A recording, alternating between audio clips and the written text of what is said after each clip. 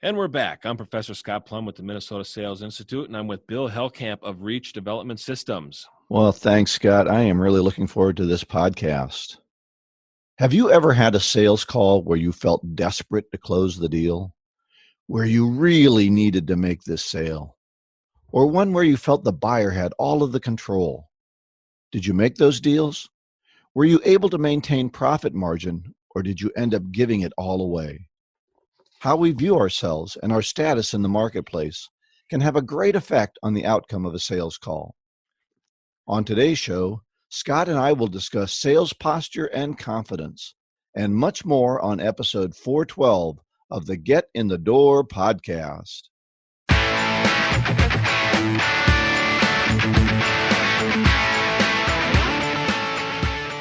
On our book club today, the book Magic of Thinking Big by Dr. David Schwartz, we're going to cover chapter 9, which is Think Right Towards People.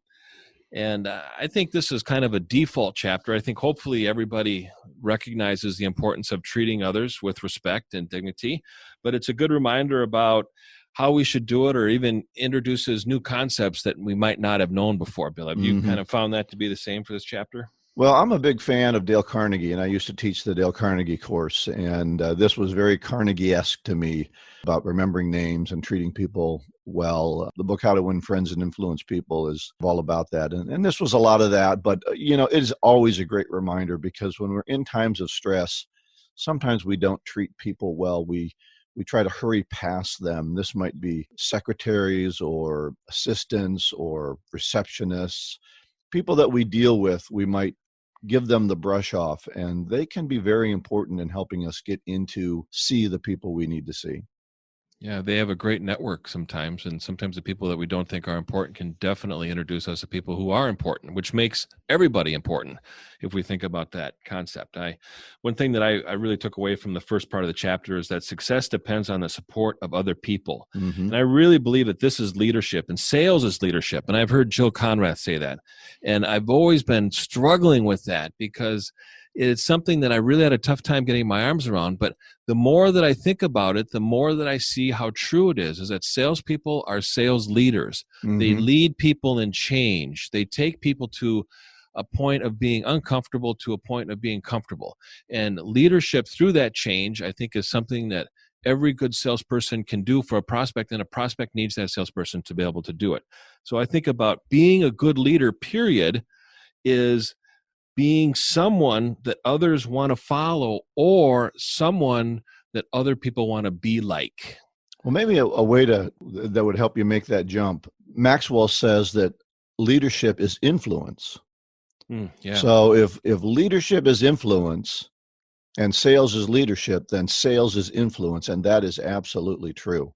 We are not trying to make them buy something, but we're trying to influence them to make a quality decision. And obviously, if we like our product or service and we feel it's the best, we're going to influence them in that direction. So sales is definitely influence, and therefore it is very much a part of leadership, or salespeople are very much leaders in their field. Yeah, I think another question we should ask ourselves is, we're leaders, what do our followers want? What are our followers looking for? And they want to be able to have confidence in the direction, they want to have confidence in the strategy, and they want to have confidence in the process. And once we communicate that as a leader and we demonstrate it in our actions, I think we're really going to gain the confidence of people to follow us. I know a young man that was just starting his first sort of a leadership job. He's a shift leader at a coffee shop. And it was so exciting to see him start this job, because in his first role, he didn't start off as clerk or making coffee. He started off as a shift leader. And that importance of really setting the expectations of everybody, having respect for your team members, counting on them, allowing them to contribute, was such a great exercise at a very young age. And those skills can be transferable in any role that young man has in his life. And I was just really excited to see that. Well, hopefully he had some good leaders that have taught him how to be a leader. Too many of us have worked for managers who only know how to manage people, but they don't know how to lead people. They don't know how to influence. So I know he talked a lot about channel P or N. What was his discussion about that? I like that, the channel positivity or channel negativity. And I think about, you always have a choice of how to interpret something. I think Viktor Frankl, the author of the book Man's Search for Meaning, says that, we definitely control how we respond to things. We can't control everything, especially in current times. We can't control a lot of things, but we can control how we respond to them.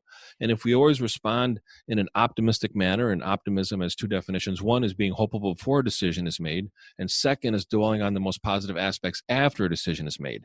And if we look at situations and we subscribe to the positive, or we only want to say things that are positive, it's going to really make a big difference in our life.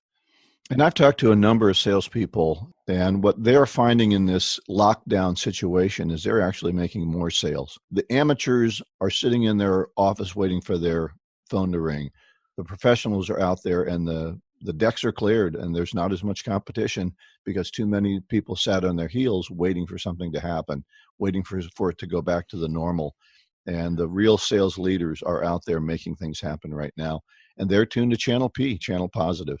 I think a good example of the current times, and we're in June of 2020, I think of, I asked a sales team a question. I go around the room. I say, how would you finish a sentence? I could sell more if only I could ... And so often salespeople would say, well, if I really had more time, I could sell more.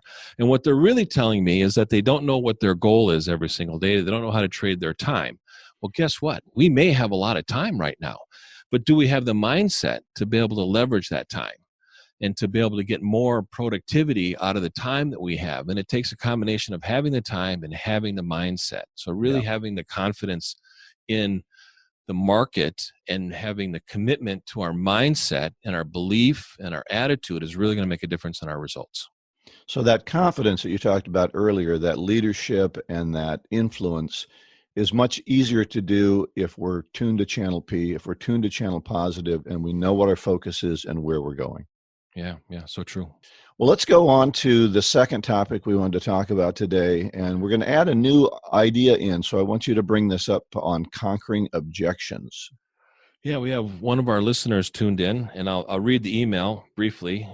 She says, I really enjoy the content of the podcast that you and Bill have been sharing.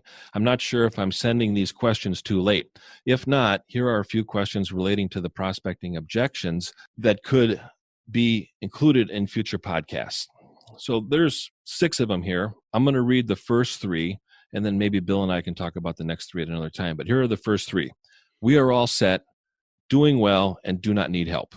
The second one is, we are happy with our current vendors and not looking for new partnerships. And the third one is, we do all our marketing in-house. Mm-hmm. And these are, as Bill mentioned earlier in our pre-show discussion, these are kind of put-offs, right? Am I saying that right, Bill? I think so. I think they're just the easy way to say, I don't really want to do anything different because it's too hard. Yeah. And Bill and I have created some notes based on these first 3, and I'll go through mine, and then Bill's got another perspective, which is very applicable, and we'll go from there.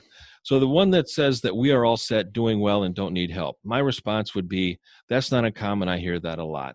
I'm curious if you plan on growing or reducing your workload over the next year, because we don't want to assume that people want to increase their sales. Mm-hmm. Maybe they're on the downside and they want to start getting rid of business, and maybe they want to go out of business, and that's okay. There's nothing wrong with that. And then the next question is, where do you see the new business coming from if they want to grow their business? And how do you stay relevant in the marketplace knowing that it is constantly changing? And then get some information. So these are questions you don't just pepper them with, but it's all part of the conversation. And the goal is to find out the intent behind the content. So they're giving you an objection, which is an unasked question, and you want to be curious and interested as to why they're bringing that up. Why are they saying that? And if we can find out the intent behind it, we can find out more about what they really mean from it. And then the final question would be, do you ever attend events that talk about the changes in the marketplace, and can we invite you? And you might want to consider a strategy if you're in the business of doing executive briefings or doing quarterly open to the public kind of sessions about what you do, and you invite these people to it. Maybe those are good candidates to come to that. You know, what I like about this process that you have is that it's filled with questions.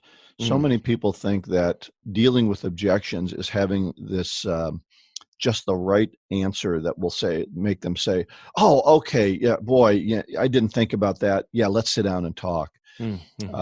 And it's just not true. You have to find out what their reasoning is. If they're saying we're all set, we don't need a lot of help, or we don't need any new help right now, why are you saying this? Are you not Yeah. planning on growing? Are you not planning on doing anything different? Is it not valuable to you to make change? Change is difficult for people, and to bring in a new vendor can be hard. And it's easier just to say, we're all set. Don't bother me right now. Right. And in our, we have to look at our approach in this conversation and what happened, what did we say in the beginning? And what we didn't do is create interest and curiosity for that prospect to want to learn more. They just said, we're not interested.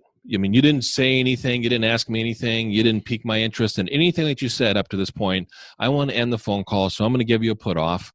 And I just not interested. Right. And in reality, what did we say? Or what did we ask in the beginning before we got to this objection? And it could be we're just, we caught him, we got hold of him. I would say most of these objections are happening on the phone as we're trying to get hold of somebody, get that meeting. And they just weren't even thinking when we called them. And so the easiest answer is we're all set and doing well. I started my sales career in retail, and we knew the retail dance. If someone would come into the store and I said, "Hi, can I help you?" they knew their answer was, "No, thank you, I'm just looking." And then my answer was, "Okay, well, if you see anything you need or you have any questions, just ask me." And then he didn't bother me anymore, and I didn't bother him, and everyone seemed happy, except he would walk out of the store with nothing because he didn't get the help he needed. Right. I had a guy working for me he'd come up and he'd go, "How you doing? Isn't it a great day out?" And that wasn't the question they were expecting. And so what they would say is, "I'm looking for and then they would have a sales conversation. So just what you're saying, if I ask the same kind of opening in my call, "Hi, this is Bill with Reach Development Systems. We do this. Do you need any of what we got?" Their answer is, "Nope, we're all set, doing well. We don't need your help," or "We're happy with our current vendors. We do it all in-house. Thank you very much. Goodbye." Because that's the call dance. And if you don't change that with a challenging question or a thoughtful piece of information, they're just going to go into the same setup and the same objections as they always had. Yeah. I think a great question if you're in the retail business when a customer comes into the store is saying, "Thanks for coming in. What brought you in today?" And now you're finding out their motives. It's the same thing when a prospect calls you. "Thanks for calling. What made you decide to call today?" Right. And you find out what that motivation is, which is a little different than us prospecting and making outbound calls. We have to create that interest and curiosity in the questions that we ask and the statements that we give. And sometimes the reality is you can do everything right and they're just not receptive at all. Not at the time. That's what the numbers game is about. But I do think if you keep getting these objections on a regular basis, you should be preparing different questions. You should be practicing what you're going to say. Too many salespeople, they don't ever practice or prepare, and they get stumped by the same question over and over again. Well, do something different. Quit doing the same thing you've always done, because your results are going to be the same. You're going to get the same question. So it goes back to what you're saying. Your introduction, your opening, the way you're opening that call is probably not effective, and therefore you're getting the same 3 stumpers over and over again. The next one is we're happy with our current vendor and not looking for new partnerships. So a good response to that, and we talked about it on the last episode, is how do you rank them on a scale of 1 to 10, with 10 being high? How would you rank them? Would you give them a 7 or an 8? And they'd say, about a 7 or 8. And you say, why so high? And then ask them, I noticed you didn't give them a 10. What's missing? And then if you can deliver what they like and what's missing, then you think you might have a good conversation going from there. Right. And I always think it's important when you're going to ask them to rate their current distributor, as you did, to talk about the things they like about them first. Why'd you rate them so high? However you ask that question. And then, what's lacking? Why didn't they make it a 10? Or what do you wish they did better? Anything in that can help you find that selling gap.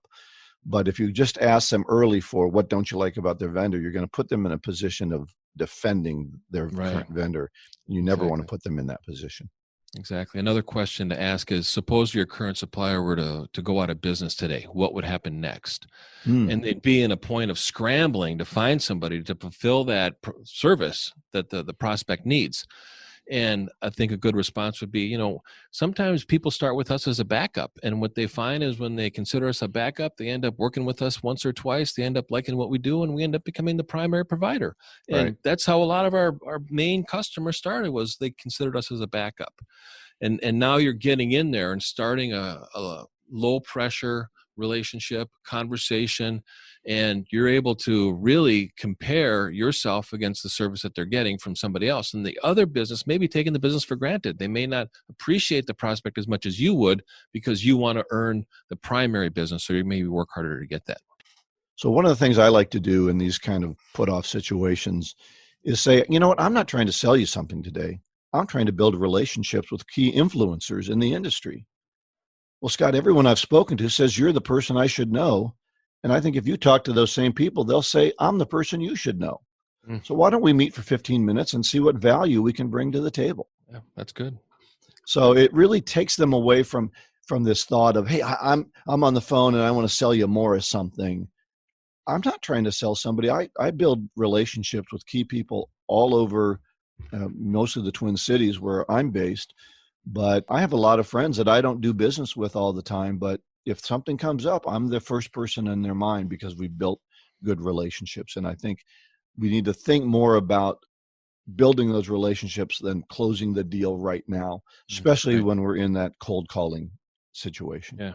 I think that goes back to what is the goal of the phone call. The last one is, we do all our marketing in-house. And in that, I would ask, where do you learn new strategies? How do you see the market changing in the next year? And really find out that generally, if a problem is created within a company, it can't be fixed within a company. So those that create the problem can't fix the problem. And the Right. solution needs to come from outside the company. And it usually is somebody else interjecting a different position, a different strategy, a different point of view, that starts a conversation. And then we look at what we need to change. So I go in the same direction. Have you found that sometimes your internal solutions get to look and feel exactly the same? That your solutions are always the same answers because you're coming from the same point of view, and outside influence, outside information can help you make different or better decisions. anything else, Bill, that you wanted to add on this Well, I topic? just want people to know there's no magic answer to objections. You have to prepare, you have to practice, you have to have a knowledge of the challenges that people in that industry face so that you can say something interesting. But I really like your point earlier on. If you're getting these same objections, there's something you're not doing earlier in the call. You're not being challenging. You're not being interesting. You're not doing something that catches them enough to say, yeah, let's sit down for 15 or 20 minutes and start this relationship. Well, our next topic is sales posture and confidence, and that's our key topic we wanted to talk about today. And the interesting thing is that both of the previous topics have talked about confidence and how important it is to have confidence and preparation when you are going into any kind of a selling situation or a people situation. I really think the level of confidence that you have in yourself and your product or service has an awful lot to do with your ability to succeed in sales.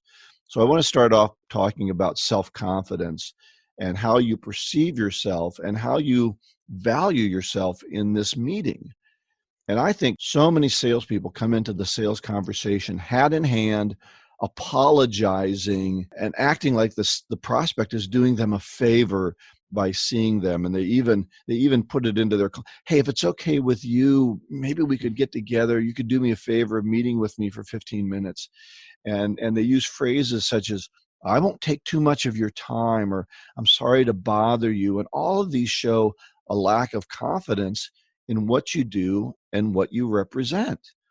I think that's so true. I think, when they start the conversation, they say, do you have a minute? And nobody ever has a minute. Right. I always like to go the other direction, saying, are you in the middle of something? It's now a bad time. And they'll say, yeah, I'm always doing something. What's up? So we've created this curiosity, and we don't sound like a salesperson. But we have to have confidence, like you said, Bill, in our first approach, because we're building a relationship. And hopefully the relationship is built on equality. And we are not taking a position of helping somebody, rather working with somebody. Right. And I think that that's one of the approaches that salespeople take that is really kind of demeaning to the relationship to start off with is they want to help somebody, which assumes that somebody else is struggling and they have a problem and that the salesperson is going to come in and save them. You start that conversation off, the prospect is immediately going to be defensive and defending their current position. And smart people say some dumb things.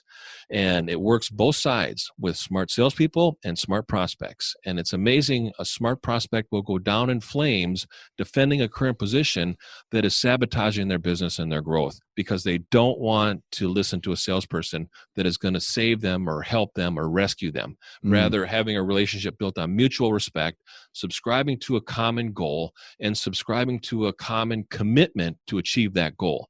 Establish the goal, commit to the process, and I think everybody's going to win.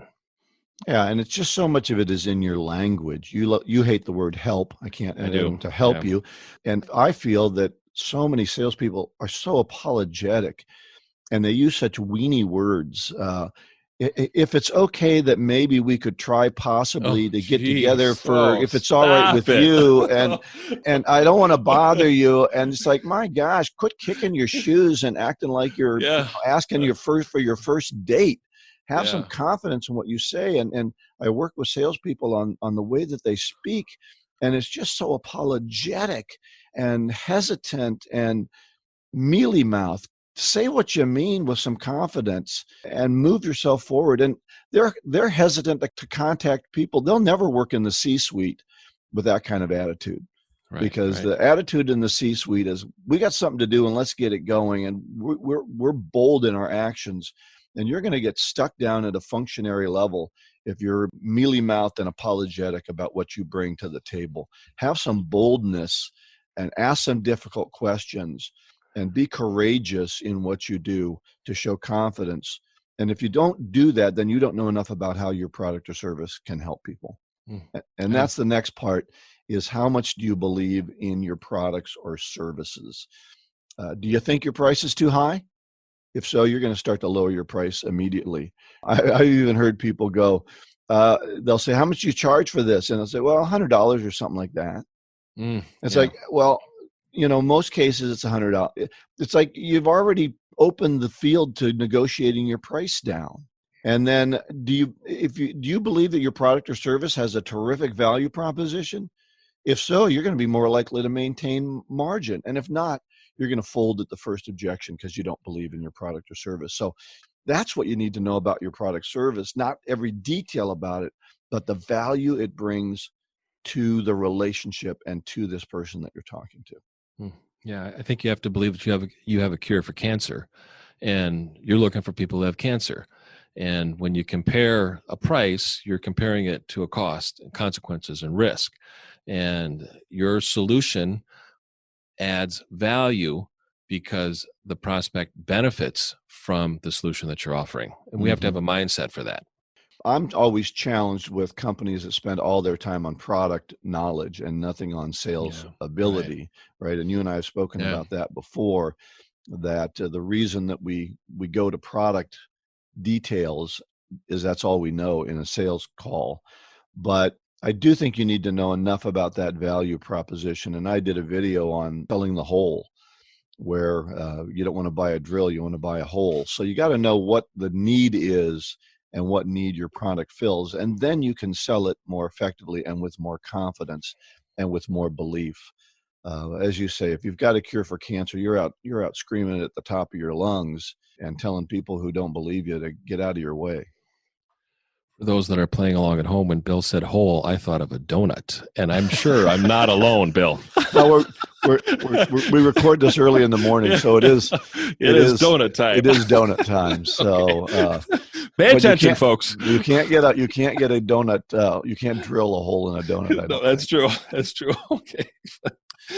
So how do we grow that posture and confidence? How do you help people get better in that confidence area when you're training and teaching and coaching them, Scott?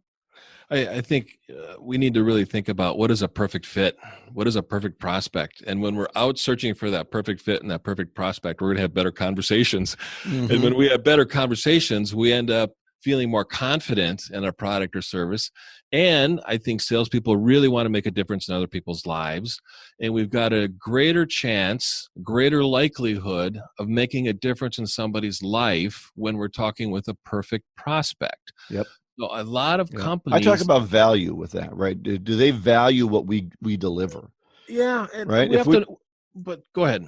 The perfect prospect to me is somebody who values what we value. If they only value price and I'm not the low price vendor, walk away.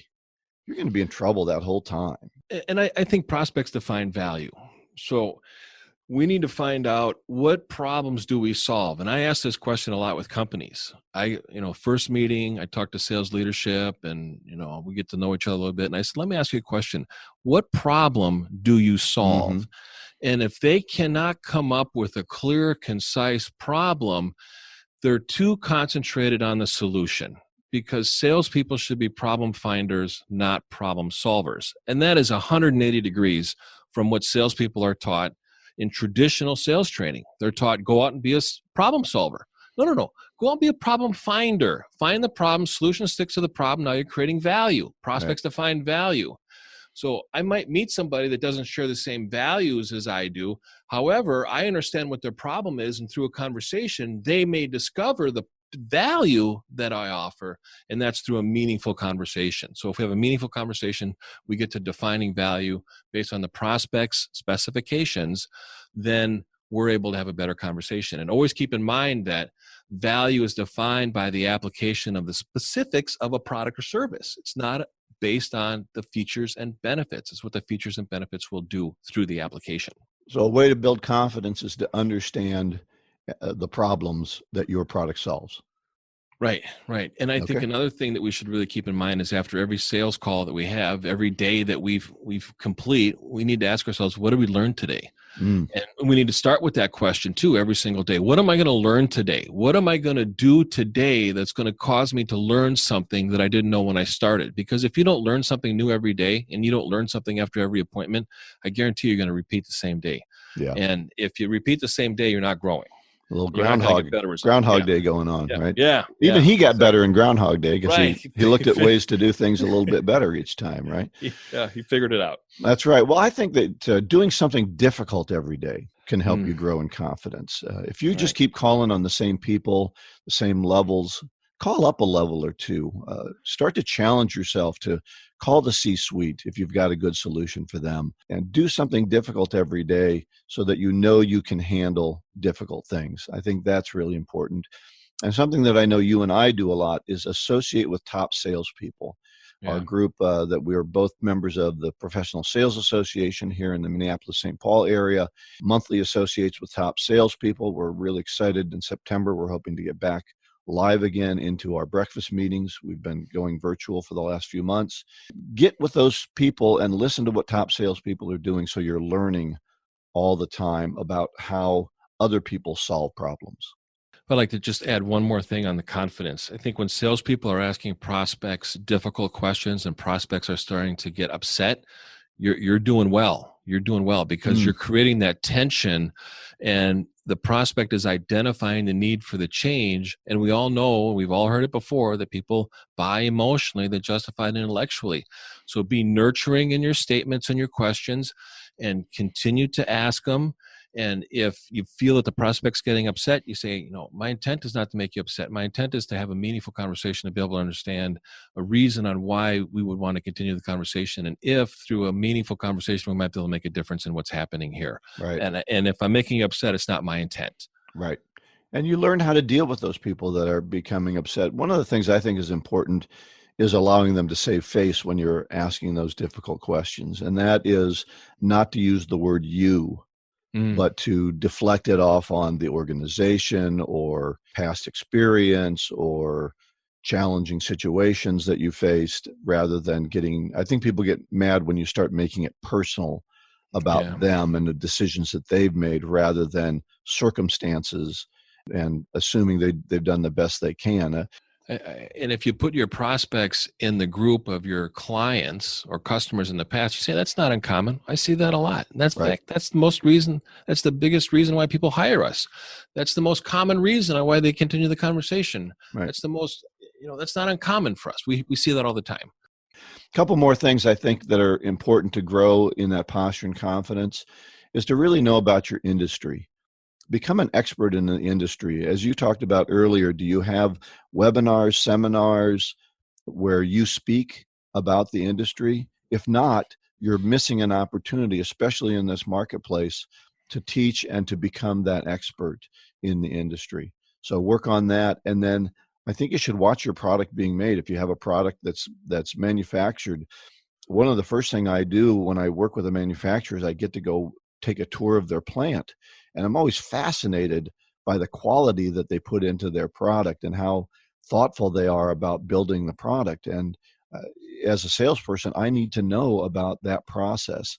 If it's more of a service, well, then you should make sure that you talk to the people that are in development of that service so that your belief can grow, so that you can be, as you talked about, that problem finder because you know the problems that your product or service answers. So continue to grow in that posture and confidence so you can have those challenging conversations that Scott talks about.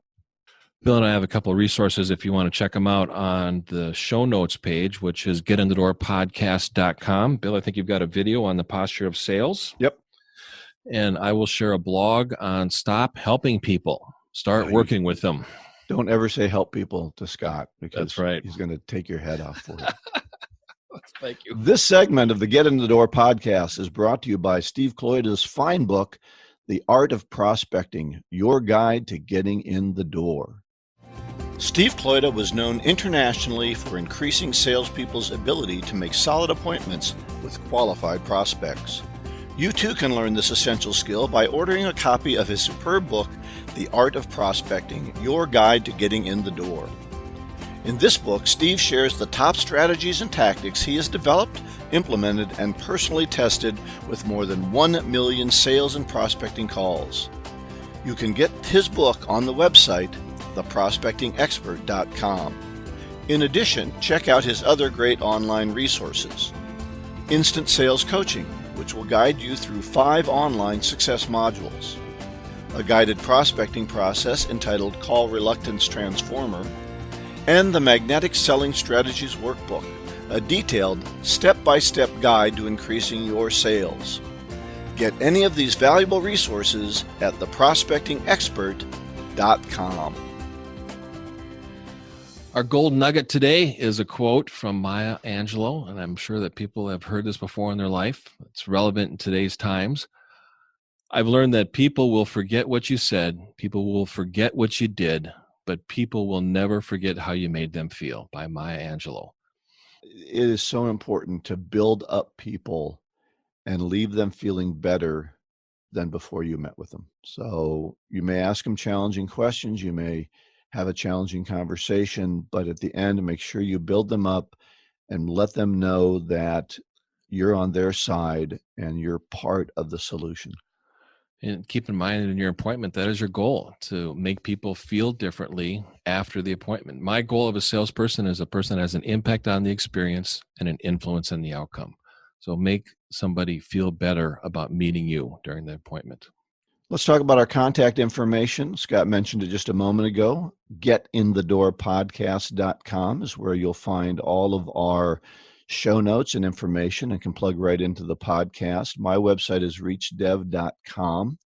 I do want to also let you know, if you're listening to this and you would like to be a sponsor of this podcast, we're open to talking to you about that.